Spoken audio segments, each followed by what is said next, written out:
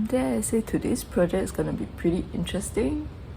It's a old project, but it's also a new project. When I first started making clothes for myself, this is my third project, which is this skirt. At that time when it first started, it was a recreation of an existing skirt that I had. And I saw this fabric and I was like, I really want to make something out of this. It's my favorite flower and it's pleasant colors. So I bought the fabric, but then I made it out. It looked really nice, and then I realized that this fabric creases. So the original design had pleats on top and gathers at the bottom to gather up into a bubble.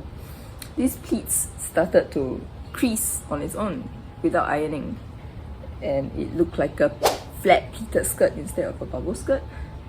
So I ended up, and then it also ended up too short, and I don't really wear short skirts. I let it out, and then I did a really small row hem to make it as long as possible. And then I also changed up the waistband and stuff. So this went through a lot of modifications, but it's still too short, and I don't wear it as often because of that. So it's time to change it up. That's it. With the leftover fabric, I made a top as well. Just this. And I don't wear this also because the top ended up being too short. I even tried to add lace to try and make it better, but it didn't get better. And these puff sleeves are too short also because they end at here where like the fattest part of the arm is, and it's puffed, so my arms look even more puffy. So I don't actually like it, and it's too short. So what I do with this top is that I wear it under overalls and under dresses. Why it's pushed to now, even though I just came up with the idea yesterday, is that I'm gonna get tattooed next week at the top shoulder over here. So I need to bear my back.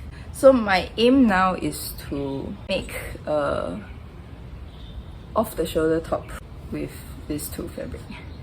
So my goal is to I'll redo the sleeves, and then I'll make it off the shoulder, and then I will add this waistband to the bottom of the top, and I will use this to make a roughly thing that goes around it. That's the plan, and it feels doable. So let's see if it is doable or not. Ciao.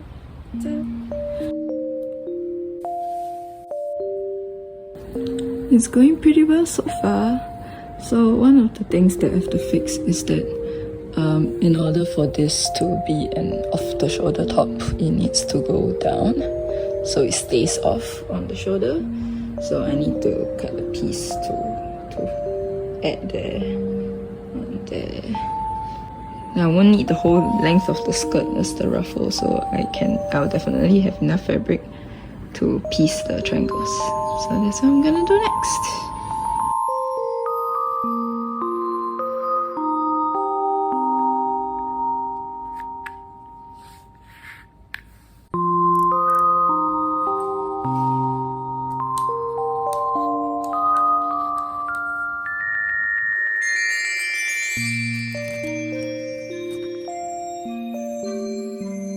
So I finally put the squares on, triangles on, and my next step would be to sew. I'll baste this on, I think. So I didn't baste this on, I just clipped it on, but then there's 3 layers. So the normal top, the strip across, and the bias binding.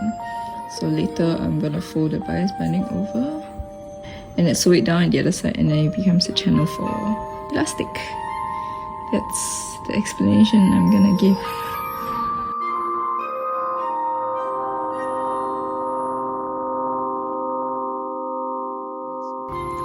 So this is how it currently looks like. So I just feel like there's not enough gathering here. Okay, so I've added a little triangle over here so that I can do a little bit more gathers. I'm folding this up and I kind of want to do a V because that's the last step. I'll just have to bind the edge. So I'm deciding, there's the previous line that I drew, but I drew another line, so it's gonna be cut even higher. I think this is cute. I mean, this is sitting nice because I did put zip tie bonings last time when I made this.